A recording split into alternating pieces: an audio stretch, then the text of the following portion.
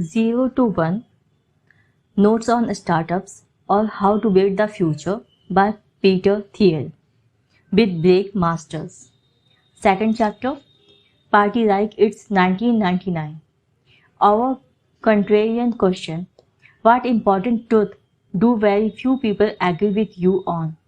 It's difficult to answer directly. It may be easier to start with a preliminary. What does everybody agree on? Madness is rare in individuals, but in groups, parties, nations, and ages, it is the rule. Nietzsche wrote before he went mad. If you can identify a delusion popular belief, you can find what lies hidden behind it. The contrarian truth. Consider an elementary proposition. Companies exist to make money, not to lose it. This should be obvious to any thinking person, but it was not so obvious to many in the late 1990s, when no loss was too big to be described as an investment in an even bigger, brighter future. The conventional wisdom of the new economy accepted Pay's views as a more authoritative, forward-looking financial metric than something as pedestrian as profit. Conventional beliefs only ever come to appear arbitrary and wrong in retrospect. Whenever one collapses, we call the old belief a bubble, but the distortions caused by bubbles don't appear when they pop. The internet craze of the 90s was the biggest bubble since the crash of 1929, and the lessons learned afterward define and distort almost all thinking about technology today. The first step to thinking clearly is to question what we think we know about the past. A quick history of the 90s. The 1990s have a good image. We tend to remember them as a prosperous, optimistic decade that happened to end with the internet boom and bust. But many of those years were not as cheerful as our nostalgia holds. We have long since forgotten the global context for the 18 months of dot-com mania at decade's end. The 90s started with a burst of euphoria when the Berlin Wall came down in November 89. It was short-lived. By mid-1990, the United States was in recession. Technically, the downturn ended in March 91, but recovery was slow and unemployment continued to rise until July 92. Manufacturing never fully rebounded. The shift to a service economy was protracted and painful. 1992, though, through the end of 1994, was a time of general malaise. Images of dead American soldiers in Mogadishu looked on cable news. Anxiety about globalization and U.S. competitiveness intensified as jobs flowed to Mexico. This pessimistic undercurrent drove then President Bush 41 out of office and won Rose Parrott nearly 20% of the popular vote in 92, the best showing for a third-party candidate since Theodore Roosevelt in 1912. And whatever the cultural fascination with Nirvana, Gunj, and heroin reflected, it was not hope or confidence. Silicon Valley felt sluggish too. Japan seemed to be winning the semiconductor war. The internet had yet to take off, partly because its commercial use was restricted until late 1992 and partly due to the lack of user-friendly web browsers. It's telling that when I arrived at Stanford in 1985, economics, not computer science, was the most popular major. To most people on campus, the tech sector seemed idiosyncratic or even provincial. The internet changed all this. The Mosaic browser was officially released in November 1993, giving regular people a way to get online. Mosaic became Netscape, which released its Navigator browser in late 1994. Navigator's adoption grew so quickly, from about 20% of the browser market in January 1995 to almost 80% less than 12 months later. The Netscape was able to IPO in August 95, even though it was not yet profitable. Within 5 months, Netscape stock had shot up from $28 to $174 per share. Other tech companies were booming too. Yahoo went public in April 96 with an $848 million valuation. Amazon followed suit in May 97 at $438 million. By spring of 98, each company's stock had more than quadrupled. Skeptics questioned earnings and revenue multiples higher than those for any non-internet company. It was easy to conclude that the market had gone crazy. This conclusion was understandable but misplaced. In December 96, more than 3 years before the bubble actually burst, Fed Chairman Alan Greenspan warned that irrational exuberance might have unduly escalated asset values. Tech investors were exuberant, but it's not clear that they were so irrational. It is too easy to forget that things were not going well in the rest of the world at the time. The East Asian financial crisis hit in July 1997. Crony capitalism and massive foreign debt brought the Thai, Indonesian, and South Korean economies to their knees. The rubble crisis followed in August 98 when Russia, hamstrung by chronic fiscal deficits, devalued its currency and defaulted on its debt. American investors grew nervous about a nation with 10,000 nukes and no money. The Dow Jones Industrial Average plunged more than 10% in a matter of days.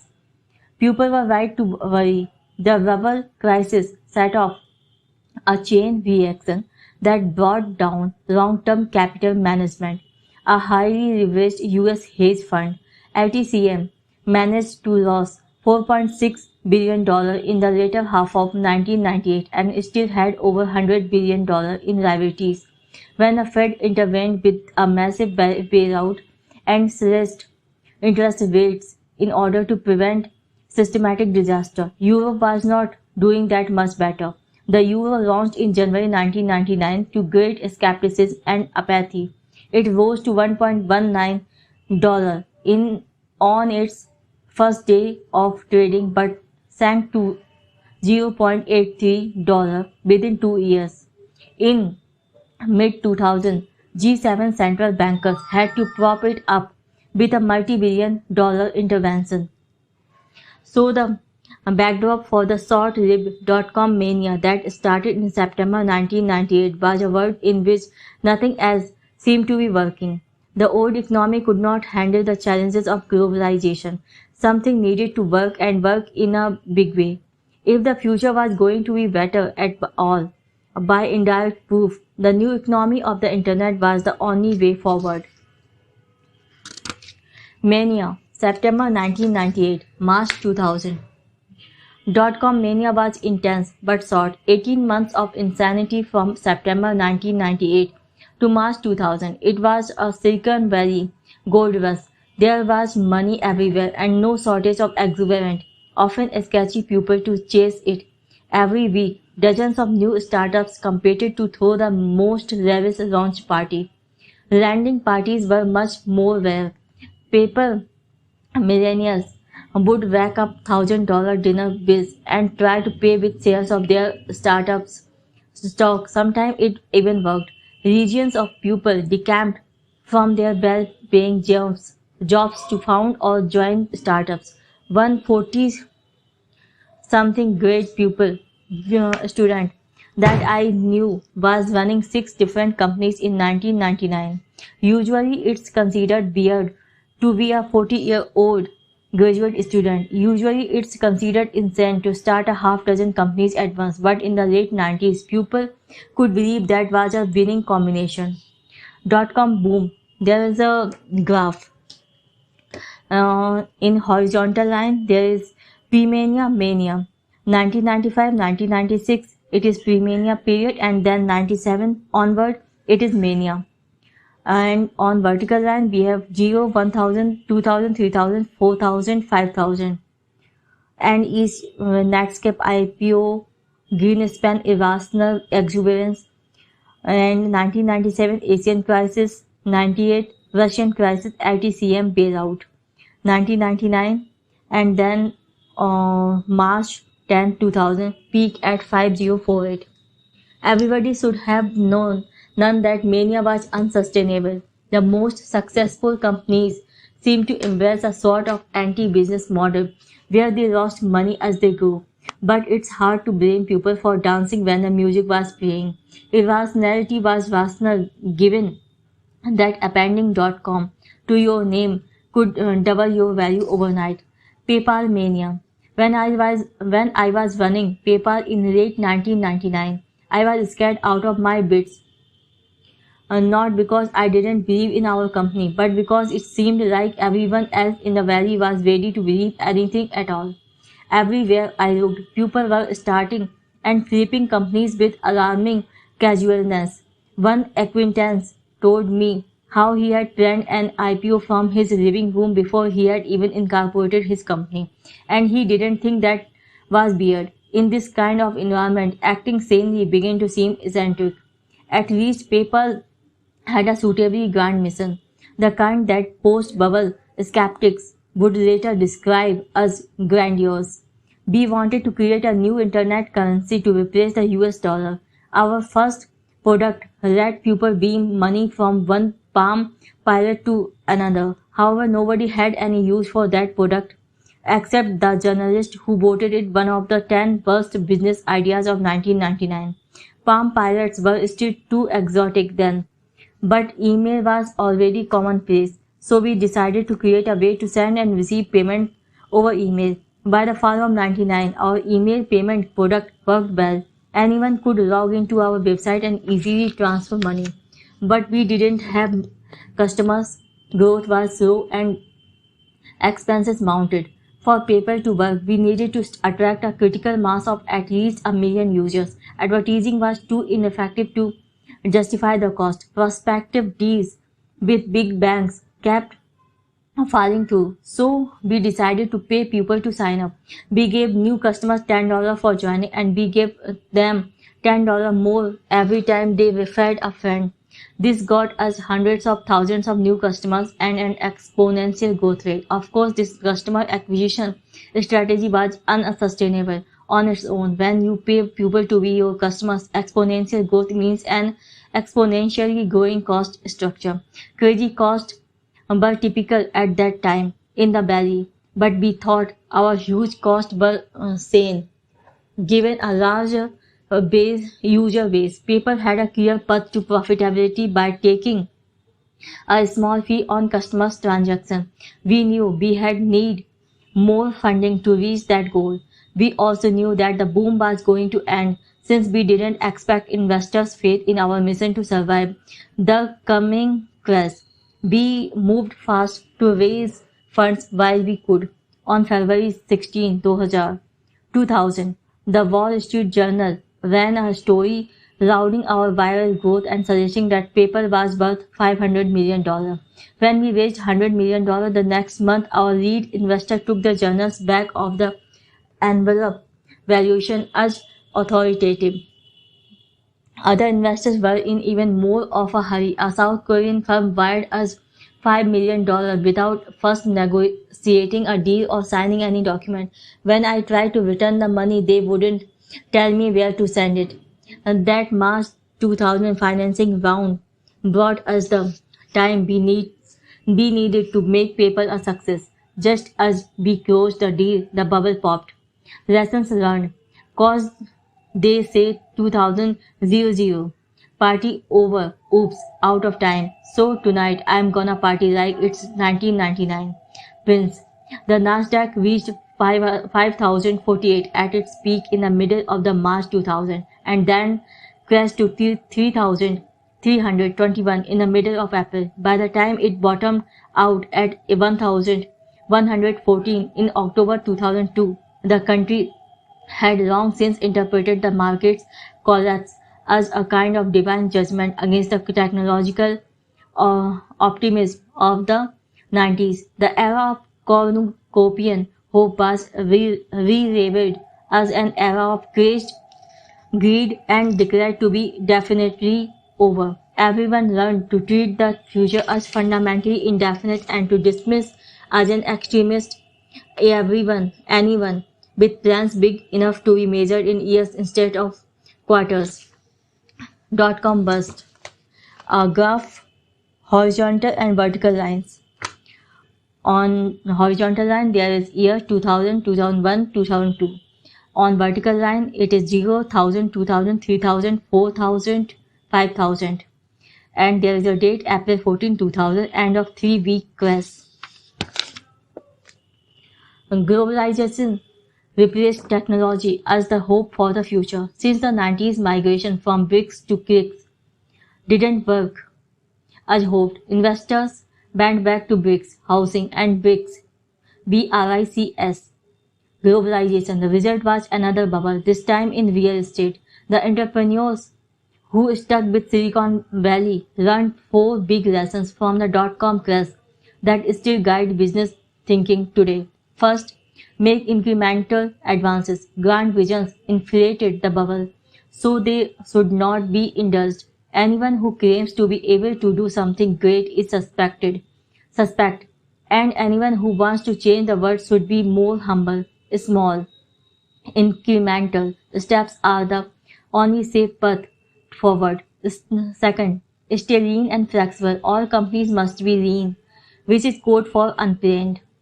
You should not know what your business will do. Planning is arrogant and inflexible. Instead, you should try things out, iterate, and treat entrepreneurship as agnostic experimentation. Third, improve on the competition. Don't try to create a new market prematurely. The only way to know you have a real business is to start with an already existing customer. So you should build your company by improving on recognizable products already offered by successful competitors. Fourth, focus on product, not sales. If your product requires advertising or salesperson to sell it, it's not good enough. Technology is primarily about product development, not distribution. Bubble era. Advertising was obviously wasteful, so the only sustainable growth is viral growth. These lessons have become dogma in the startup world. Those who would ignore them are presumed to invite the justified doom visited upon technology in the great crash of 2000, and yet the opposite principles are probably more correct. First, it is better to risk boldness than triviality. Second, a bad plan is better than no plan. Third, competitive markets destroy profits. Fourth, sales matters just as much as product. It's true that there was a bubble in technology. The late 90s was a time of hubris. People believed in going from 0 to 1. Too few startups were actually getting there, and many never went beyond talking about it. But people understood that we had no choice but to find ways to do more with less. The market high of March 2000 was obviously a peak of insanity. Less obvious but more important, it was also a peak of clarity. People looked far into the future, saw how much valuable new technology we would need to get there safely, and judged themselves capable of creating it. We still need new technology, and we may even need some 1999 style hubris and exuberance to get it. To build the next generation of companies, we must abandon the dogmas created after the crash. That doesn't mean the opposite ideas are automatically true. You can't escape the madness of crowds by dogmatically rejecting them. Instead, ask yourself how much of what you know about business is shaped by mistaken reactions to past mistakes. The most contrarian thing of all is not to oppose the crowd but to think for yourself. Thank you very much for listening.